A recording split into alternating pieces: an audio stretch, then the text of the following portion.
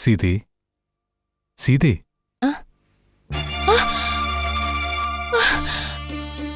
പ്രഭു, ഇതെന്ത് രൂപമാണ്? ഞാൻ എന്താണ് കാണുന്നത്? വനത്തിൽ പോയി തപസ് ചെയ്യാൻ മാതാവിന്റെ നിർദ്ദേശമുണ്ട്. എന്ത്? വനത്തിലേക്ക് ചെന്ന് തപസ് ചെയ്യാൻ പോവുകയാണെന്നോ? അതെ.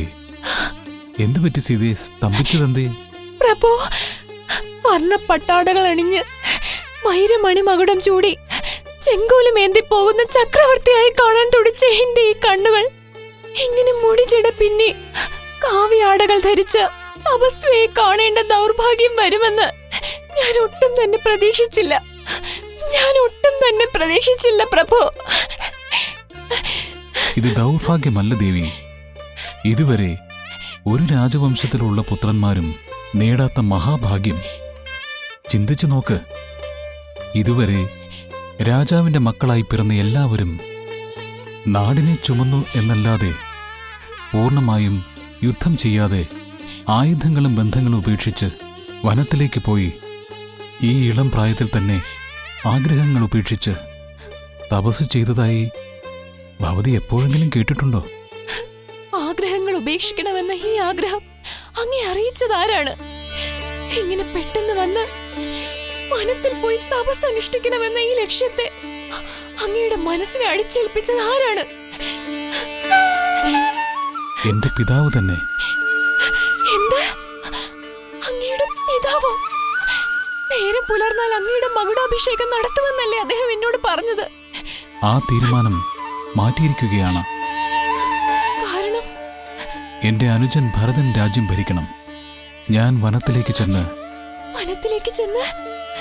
14 വർഷങ്ങൾ തപസ് ചെയ്യണമെന്ന് ഞങ്ങളുടെ പൂർവികർ എന്റെ പിതാവിന്റെ കനവിൽ പ്രത്യക്ഷപ്പെട്ട് പറഞ്ഞുവത്രേ. ഇത് ആരാണ് പറഞ്ഞത്? എന്റെ മാതാവ് കൈകേയി ദേവിയാണ് പറഞ്ഞത്. ഓ, അതുകൊണ്ടാണോ അങ്ങ് വനത്തിലേക്ക് പോകാൻ തീരുമാനിച്ചത്? അതെ. പിതൃവാക്യ പരിപാലനത്തിന്റെ ഭാഗമായി ഞാൻ വനത്തിലേക്ക് പോവുകയാണ്. ഞാൻ തിരികെ വരുന്നതുവരെ ഭവതി ഈ അയോധ്യയിൽ തന്നെ വസിക്കുക. പ്രഭു, അങ്ങുള്ള ഇടമാണ് എനിക്ക് അയോധ്യ. അതിനാൽ ദൈവമില്ലാത്ത അമ്പലത്തിൽ ഞാൻ ഒറ്റയ്ക്കായി കഴിഞ്ഞാൽ ശരിയാവില്ല. ഞാനും അങ്ങയോടൊപ്പം വനത്തിലേക്ക് വരും. വേണ്ട സീതേ, വേണ്ട. പളുങ്കു പോലുള്ള തറയിൽ പട്ടുപരവതാനി വിരിച്ച് തോഴികൾ മലരുകൾ തൂവുമ്പോൾ അതിന്റെ മീതെ നടക്കും ഭവതിയുടെ പഞ്ഞു പോലുള്ള പാദങ്ങൾ ദുർഘടമായ വനത്തിൽ നടന്നാൽ നോവും. മാത്രവുമല്ല, അവിടെ വിശപ്പകറ്റാൻ കായികനികൾ മാത്രമേ ലഭിക്കൂ. ഓഹോ, അങ്ങനെയാണല്ലേ? അതേ സീതേ. വെഞ്ചാമരം വീശി മങ്കമാരുടെ പാട്ട് കേട്ട് പട്ടുമെത്തയിൽ മാത്രം ശയിച്ചിരുന്ന ഭവതി അവിടെ വെറും മൺതറയിൽ ശയിക്കേണ്ടി വരും. മഹാമന്നൻ ജനകന്റെ പുത്രിയായി വളർന്ന് ദശരഥ മഹാരാജാവിന്റെ മരുമകളായി ജീവിച്ച് ശീലിച്ച ഭവതിക്ക് ആ എളിയ ജീവിതം വളരെ കഠിനമായിരിക്കും. പ്രഭു, ഞാൻ ജനക മഹാരാജാവാൽ അത്യാഡംബരങ്ങളോടെ വളർന്നവളാണെന്നുണ്ടെങ്കിലും അദ്ദേഹം എന്നെ കണ്ടെത്തുന്നതിന് മുമ്പ് ഭൂമിയെ തന്നെ മാതാവായി വരിച്ച് മണ്ണിൽ പുതഞ്ഞു കിടന്നവളാണ് ഞാൻ. തറയിൽ കിടക്കുന്ന സുഖം എന്താണെന്നുള്ളത് ഒരു പിഞ്ചു കുഞ്ഞായിരിക്കുന്ന സമയത്ത് തന്നെ അറിയാതെ അറിഞ്ഞവളാണ് ഞാൻ. എന്നാൽ അങ്ങ് തൊട്ടിലിൽ കിടത്തിയാലും അങ്ങയുടെ മരതകമേനി നോവുമോ എന്ന് ഭയന്ന് 3 അമ്മമാരുടെ മടിയിൽ കിടന്ന് വളർത്തപ്പെട്ടവനല്ലയോ അങ്ങ്? അങ്ങ് തന്നെ വനത്തിൽ വസിക്കാൻ തുനിഞ്ഞതുകൊണ്ട് അങ്ങയോടൊപ്പം തന്നെ ഞാനും ആ വിഷാദങ്ങളെ വൈരങ്ങളായി ഏറ്റെടുക്കുകയാണ്. സീതേ, കായികനികൾ ഭക്ഷിച്ച് കാനനത്തിൽ വസിച്ചാലും താലി കെട്ടിയ പതിയിരിക്കുന്നിടമല്ലേ ഒരു നാരിക്ക് സ്വർഗം. ഞാൻ പറയുന്നത് കേൾക്കൂ സീതേ. ഞാൻ പോകുന്നത് തപസ് ചെയ്യാൻ വേണ്ടിയാണ്. ഭവതിയെ അങ്ങോട്ട് കൊണ്ടുപോകാൻ കഴിയുമോ?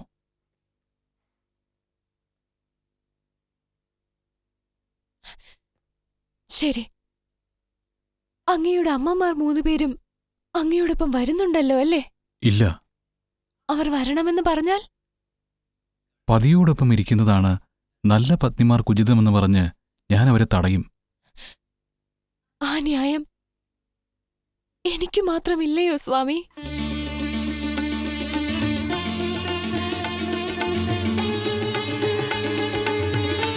സീതേ, ഭവതിയുടെ അർത്ഥവത്തായ വാദത്തിലൂടെ നമ്മുടെ കണ്ണ് തുറപ്പിച്ചിരിക്കുകയാണ്. ശരി, ഭവതി പുറപ്പെടാൻ തയ്യാറായിക്കൊള്ളൂ. ഞാൻ ചെന്ന് അനുജൻ ലക്ഷ്മണനോട് യാത്ര പറഞ്ഞിട്ട് വരാം. വളരെ സന്തോഷം സ്വാമി.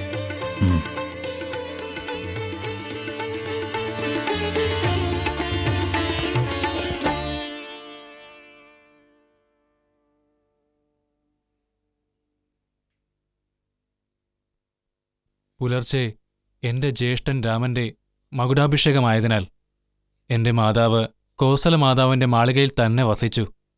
എന്റെ പത്നി ഊർമിളയാണെങ്കിൽ എന്റെ ജ്യേഷ്ഠത്തി ജാനകി മഹാറാണിയാകാൻ പോവുകയാണെന്നതിനാൽ മാണ്ഡവിയോടും ശ്രുതികീർത്തിയോടും ഒത്തുചേർന്ന് തന്റെ സഹോദരിയെ സ്വാഗതം ചെയ്യാൻ പുറപ്പെട്ടു. ജ്യേഷ്ഠനോടൊപ്പം നിന്ന് അദ്ദേഹത്തിന്റെ പട്ടാഭിഷേകത്തിന് വേണ്ട കാര്യങ്ങൾ ചെയ്യേണ്ട ഞാൻ ഇവിടെ ഇങ്ങനെ തനിച്ചു നിൽക്കുകയാണ്.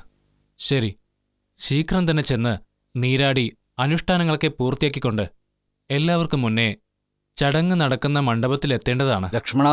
ലക്ഷ്മണ വന്നാലും മഹാമുനി വരിയ, എന്താണിത്ര ശീഘ്രം വന്നിരിക്കുന്നത്?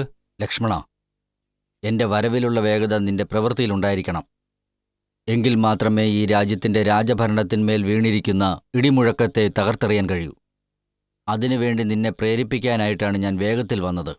എന്ത്? ഈ രാജ്യത്തിന്റെ രാജപാരമ്പര്യത്തിന്മേൽ ഇടിമുഴക്കം വീണോന്നോ? അതേ ലക്ഷ്മണ, നിന്റെ ജ്യേഷ്ഠൻ രാമന്റെ പട്ടാഭിഷേകം തടസ്സപ്പെടുത്തിയിരിക്കുകയാണ്. എന്ത്? എന്റെ ജ്യേഷ്ഠൻ ശ്രീരാമചന്ദ്രമൂർത്തിയുടെ പട്ടാഭിഷേകം തടസ്സപ്പെടുത്തിയിരിക്കുകയാണെന്നോ? ആരാണിത് ചെയ്തത്? പറഞ്ഞാണ് സ്വാമി. അവൻ എത്ര വലിയ വീരനാണെങ്കിലും ശരി, എത്ര പടകളെ കൊണ്ടുവന്നാലും ശരി, അത്രയും പേരെയും തോൽപ്പിച്ച് എന്റെ ജ്യേഷ്ഠന്റെ പട്ടാഭിഷേകം ഈ ഞാൻ തന്നെ മുന്നിൽ നിന്ന് നടത്താം. പറഞ്ഞാലും സ്വാമി, പറഞ്ഞാലും. ആരാണ് എന്റെ ജ്യേഷ്ഠന്റെ പട്ടാഭിഷേകം തടഞ്ഞു നിർത്തിയത്? ലക്ഷ്മണ, വില്ലാളി വീരനായ ശ്രീരാമന്റെ പട്ടാഭിഷേകത്തെ തടഞ്ഞു നിർത്തിയത് രാമന് വെല്ലുന്ന മറ്റൊരു വീരനുമല്ല, മണ്ഡലാധിപതിയുമല്ല, ഒരു സാധാരണ കൂനു പിടിച്ച കിഴവി. എന്ത്? ഒരു കൂനയായ കിഴവി ഈ കോസല രാജ്യത്തെ രാജകുമാരനെ എതിർത്ത് വിജയിച്ചുവെന്നോ? ആരാണവൾ? നിന്റെ അമ്മമാരിൽ ഒരാളായ കൈകേയിയുടെ വളർത്തമ്മ മന്ധര. എന്ത്? മന്ധരയോ? അതെ, കേകേയ നാട്ടിൽ നിന്നും കൈകേയിയുടെ തോഴിയായി വന്ന മന്ധര തന്റെ നാട്ടിലെ രാജകുമാരിയുടെ പുത്രനെ മാത്രമേ അയോധ്യയുടെ ചക്രവർത്തിയാക്കൂ എന്ന ലക്ഷ്യം മുന്നിൽ കണ്ടു നിൽക്കുകയായിരുന്നു. പുലർച്ചെ രാമന്റെ പട്ടാഭിഷേകമാണെന്ന് കേട്ടറിഞ്ഞതും കൈകേയിയെ പ്രേരിപ്പിച്ച് അവൾ അവളുടെ ലക്ഷ്യം നേടിയിരിക്കുകയാണ്. എങ്ങനെ? നിന്റെ പിതാവ് ദശരഥ ചക്രവർത്തി ചമ്പകാസുരനുമായുള്ള യുദ്ധത്തിൽ തന്നെ സഹായിച്ച കൈകേയിക്ക് 2 വരങ്ങൾ നൽകാമെന്ന് വാക്കുകൊടുത്തിരുന്നു.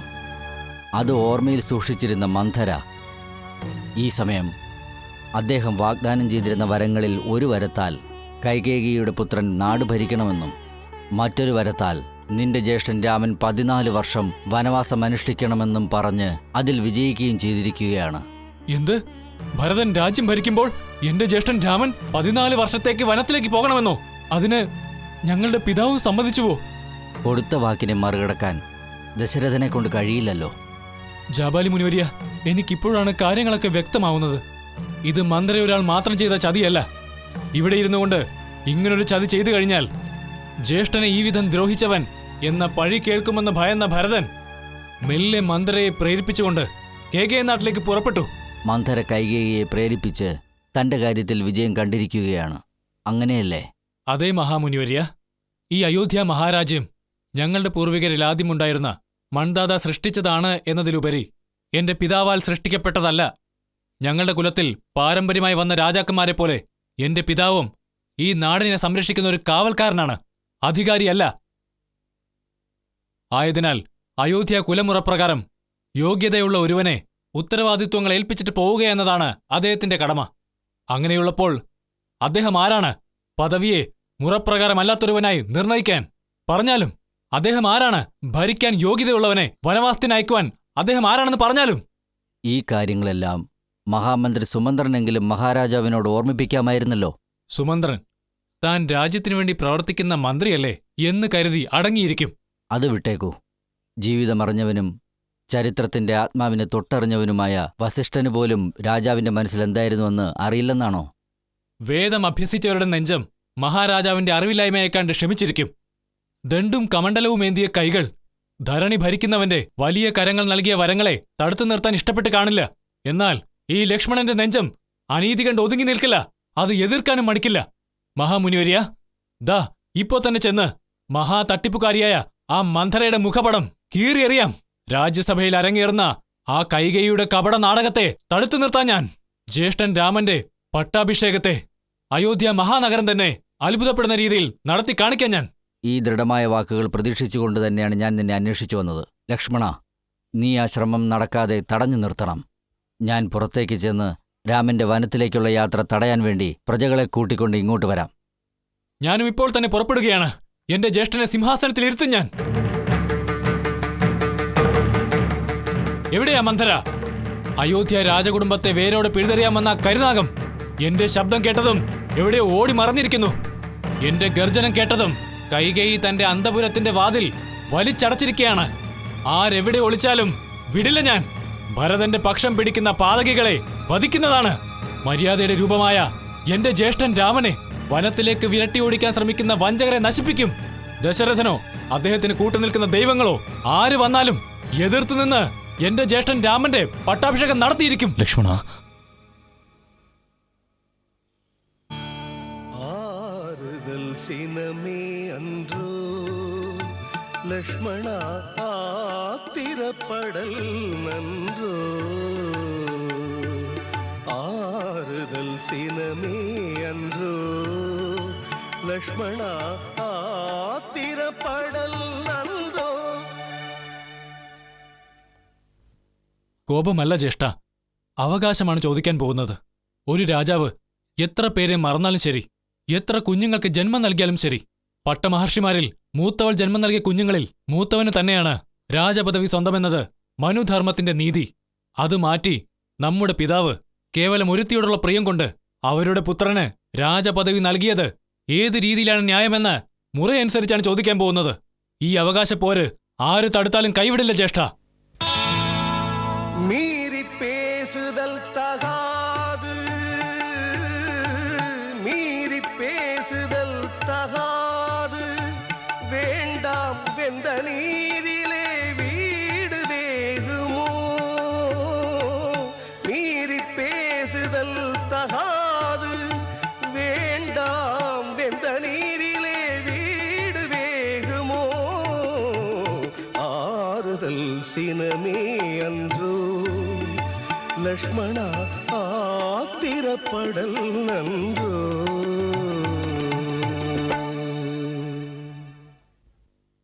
തിളച്ച ജലത്തിൽ വിത്തുകൾ വേവില്ല എന്നതിനാൽ നാടിന്റെ നന്മയായ പിഞ്ചു കുഞ്ഞിനെ തിളക്കുന്ന ജലത്തിലേക്ക് വിളയാടാൻ വിട്ട് വിഷപരീക്ഷ ചെയ്യാൻ ഒരുങ്ങുകയാണോ? ജ്യേഷ്ഠ, കൈകേയിയുടെ വാക്കുകളിൽ മയങ്ങി അത് വിധിയുടെ വിളയാട്ടമാണെന്ന് പറഞ്ഞാൽ അങ്ങയെ വനത്തിലേക്ക് ഓടിക്കാൻ ശ്രമിക്കുന്ന പാഴ് ജന്മങ്ങളെ സാക്ഷാൽ ദൈവം തന്നെ തുണയായി വന്നാലും ഞാൻ അതിനെ എതിർത്തേ അടങ്ങൂ. பெற்றோர் சொல் போல் நடப்பவன் அன்றோ பிள்ளை மற்றவர் பிள்ளை அல்லவே பெற்றோர் சொல் போல் நடப்பவன் அன்றோ பிள்ளை மற்றவர் பிள்ளை அல்லவே ஆறுதல் சினமே அன்றோ ലക്ഷ്മണ ആത്തിരപ്പടൽ നன்றോ.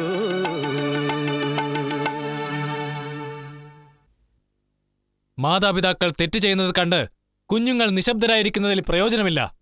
ജ്യേഷ്ഠ, കാര്യങ്ങൾ അറിയുന്നവരെല്ലാം ഇങ്ങനെ ഒതുങ്ങി ഒതുങ്ങി പോകുന്നതുകൊണ്ടാണ് തെറ്റുകൾ ധാരാളമായി പെരുകിക്കൊണ്ടിരിക്കുന്നത്. ആ തെറ്റുകൾ നമ്മളുടെ പ്രജകളുടെ ജീവിതത്തെ ബാധിക്കാതിരിക്കാൻ വേണ്ടിയാണ് അങ്ങയുടെ പട്ടാഭിഷേകം നടത്തണമെന്ന് തുടിക്കുന്നത് ജ്യേഷ്ഠ. பரதன் இந்த உலகினை ஆளமந்தம் இல்லையோ சொந்தம் இல்லையோ பரதன் இந்த உலகினை ஆளமந்தம் இல்லையோ சொந்தம் இல்லையோ ஆறுதல் சினமே அன்றோ ലക്ഷ്മണ ആത്തിരപ്പടല്ലോ. ജ്യേഷ്ഠ, ഭരതൻ വേണമെങ്കിൽ ഈ നാട് ഭരിച്ചോട്ടെ. അതിനെ ചൊല്ലിയല്ല ഞാൻ കോപിക്കുന്നത്. എന്നാൽ അങ്ങ് വനത്തിലേക്ക് പോകണമെന്നുള്ളത് എന്തിന്? എന്റെ നന്മയ്ക്കു വേണ്ടി. ലക്ഷ്മണ, ഒരുവൻ ആയോധന കലകളിലെല്ലാം പരിശീലനം നേടിയവനായിരിക്കാം, കരുത്തുള്ള സേനയെ നേരിടാൻ കഴിവുള്ളവനുമായിരിക്കാം. എന്നാൽ ആത്മബലത്തെ സ്വീകരിക്കുന്നത് അവയേക്കാൾ കഠിനമാണ്. ആ ആത്മസമ്പത്തിനെ ഞാൻ സ്വീകരിക്കണമെന്ന നല്ല ഉദ്ദേശത്തോടെ മാതാപിതാക്കൾ എനിക്ക് തന്ന കൽപ്പനയെ നീ തെറ്റിദ്ധരിക്കാതിരിക്കുക. നിന്റെ മനസ്സു മാറ്റിയിട്ട് എന്നെ വനത്തിലേക്ക് യാത്രയാക്കിയാലും ലക്ഷ്മണ. ജ്യേഷ്ഠ, അങ്ങില്ലാത്ത നാട്ടിൽ ഞാൻ മാത്രം ജീവിക്കണമെന്നോ? കഴിയില്ല ജ്യേഷ്ഠ. അങ്ങയെ വിട്ട് എനിക്ക് തനിച്ചിരിക്കാൻ കഴിയില്ല ജ്യേഷ്ഠ. എന്നെയും അങ്ങയോടൊപ്പം കൂട്ടിക്കൊണ്ടു പോയാലും എന്റെ ഈ അപേക്ഷയെങ്കിലും സ്വീകരിച്ചാലും ജ്യേഷ്ഠ. ലക്ഷ്മണ, ഞാൻ നിന്നെ കൂട്ടിക്കൊണ്ടു പോകാം. എന്നാൽ നിന്റെ പ്രിയപത്നി ഊർമിള? ജ്യേഷ്ഠ, അവൾ ഒരു കാരണവശാലും എന്റെ ആഗ്രഹത്തെ എതിർക്കില്ല. ആയതിനാൽ അങ്ങ് ഉടൻ തന്നെ എന്നെയും കൂട്ടിക്കൊണ്ടു പോവേണ്ടതാണ്. നന്നായി അനുജ, നീ ചെന്ന് ഊർമിളയോട് വിട പറഞ്ഞിട്ട് വരൂ. വളരെ സന്തോഷം ജ്യേഷ്ഠ.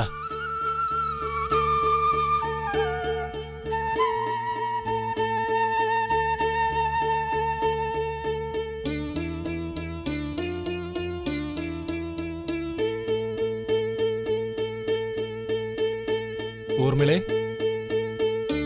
ഊർമിളേ,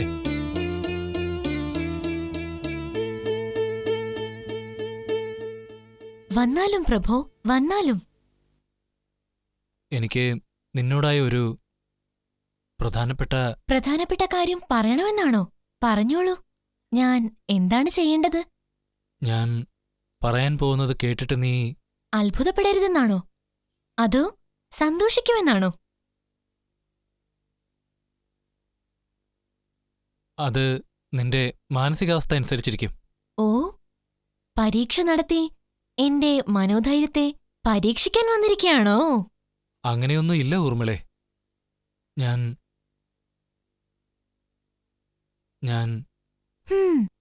താങ്കൾ നടത്തുന്ന പരീക്ഷയിൽ ഞാൻ പതറിപ്പോകുമെന്ന് കരുതിയിട്ടല്ലേ ഭയപ്പെടുന്നത്? ഞാൻ അങ്ങയ്ക്കൊരു സ്നേഹസമ്മാനം നൽകാം. അത് കണ്ടിട്ടെങ്കിലും ഞാൻ അങ്ങയുടെ പരീക്ഷയിൽ ജയിക്കുമോ അതോ തോൽക്കുമോ എന്ന് മനസ്സിലാക്കാമല്ലോ. അങ്ങ് പറയാൻ വന്നത് പറഞ്ഞാലും. പാവം ഊർമിള, ഞാൻ വനത്തിലേക്ക് പോകും മുമ്പ് വിട ചോദിക്കാൻ വന്നതാണെന്നറിയാതെ സ്നേഹസമ്മാനവുമായി വരാമെന്ന് പറഞ്ഞ് പോവുകയാണല്ലോ. എന്തായിരിക്കും ആ സ്നേഹസമ്മാനം? കണ്ടറിയാം.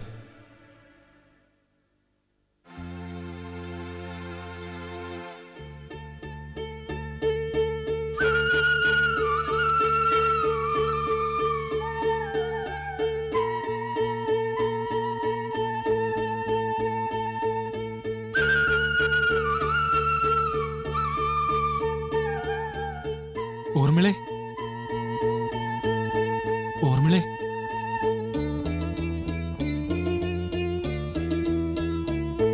എന്താ പ്രഭോ? എന്നോട് അളവറ്റ സ്നേഹമുള്ള പത്നി ഊർമിള തന്നെ എനിക്ക് കാവ്യാടകൾ തരികയാണല്ലോ എന്നോർത്ത് സ്തംഭിച്ചു നിൽക്കുകയാണോ? അങ്ങ് ആരോടൊപ്പം പോകുവാനാണോ വിട ചോദിച്ചു വന്നത്? അതിനുവേണ്ടി ഒരുങ്ങി തന്നെയാണിത് കൊണ്ടുവന്നിരിക്കുന്നത്. ഊർമിളേ, അങ്ങനെയാണെങ്കിൽ ഞാൻ പറയാൻ വന്ന കാര്യം എന്താണെന്ന് നിനക്ക് നന്നായി അറിയാം പ്രഭു. മഹാറാണി കൈകേയി ദേവി ചക്രവർത്തിയോട് തന്റെ പുത്രൻ നാട് വാഴണമെന്നും മൂത്തപുത്രൻ വനത്തിലേക്ക് പോകണമെന്നും വരം ചോദിച്ചു വാങ്ങി. മൂത്തപുത്രൻ പിതാവിന്റെ വാക്കനുസരിച്ച് വനത്തിൽ പോകാൻ സമ്മതിച്ച് കാവ്യാടകൾ ധരിച്ചു വന്നു. തിരുസ്വരൂപം തന്നെ പോകുമ്പോൾ അതിനെ തുടർന്ന് അതിന്റെ നിഴലും പോവുക തന്നെ ചെയ്യില്ലേ? അതുപോലെ മൂത്തയാളുടെ നിഴൽ പോലെ ഒരുടലായി നിന്ന് ധർമ്മം പാലിക്കുന്ന അങ്ങും അദ്ദേഹത്തോടൊപ്പം വനത്തിലേക്ക് പോകാൻ എന്നോട് വിട ചോദിക്കാൻ വന്നു. അതെങ്ങനെ ചോദിക്കുമെന്ന് മടിച്ചു നിൽക്കുകയായിരുന്നു. എന്നാൽ ഞാൻ അങ്ങയുടെ മനസ്സറിഞ്ഞിരുന്നു. ഊർമിളെ, ജ്യേഷ്ഠൻ വനത്തിലേക്ക് പുറപ്പെടാൻ തീരുമാനിച്ച കാര്യം നിനക്കെങ്ങനെ അറിയാം? ഞാൻ എന്റെ സഹോദരിമാരായ മാണ്ഡവിയോടും ശ്രുതകീർത്തിയോടുമൊപ്പം ജ്യേഷ്ഠത്തെ സീതയുടെ അറയിലേക്ക് ചെന്നപ്പോൾ സുമന്ത്രൻ എന്നോട് ഈ കാര്യങ്ങളൊക്കെ പറഞ്ഞു. തനിച്ച് വനത്തിലേക്ക് പോകുന്ന ജ്യേഷ്ഠന് തുണയായി അങ്ങ് നിശ്ചയമായും പോകും. അദ്ദേഹത്തെ പിരിഞ്ഞ് അങ്ങേക്ക് ഇരിക്കാൻ പറ്റില്ല എന്ന് മനസ്സിലാക്കിക്കൊണ്ട് ഈ ആടുകളെ ഞാൻ ശുദ്ധീകരിച്ചു വെച്ചിരിക്കുകയായിരുന്നു. അങ്ങ് വന്ന ഉടനെ തന്നെ അങ്ങും വനത്തിലേക്ക് പുറപ്പെടാൻ തയ്യാറായിരിക്കുകയാണെന്ന് മനസ്സിലാക്കിക്കൊണ്ട് ഇവ ഞാൻ എടുത്തുകൊണ്ടുവന്നു. ഊർമിളെ, നീ മികച്ച പത്നി എന്ന വ്യാകരണത്തിന് എല്ലാ വിധത്തിലും എടുത്തുകാട്ടത്തക്ക രീതിയിൽ ശോഭിക്കുന്നതാണ്. ഊർമിളെ, പ്രഭു, ഞാൻ ഊർമിളെ, ജ്യേഷ്ഠനെ സേവിക്കുവാനായി ഞാൻ വനത്തിലേക്ക് പോവുകയാണ്. നീ ജ്യേഷ്ഠത്തിമാരെ ആശ്വസിപ്പിച്ച് അവരെ ഏവരെയും സേവിച്ചുകൊണ്ട് ഇവിടെ തന്നെ തങ്ങേണ്ടതാണ്. അതാണ് നിന്റെ കടമ. അങ്ങനെ ആവട്ടെ പ്രഭു.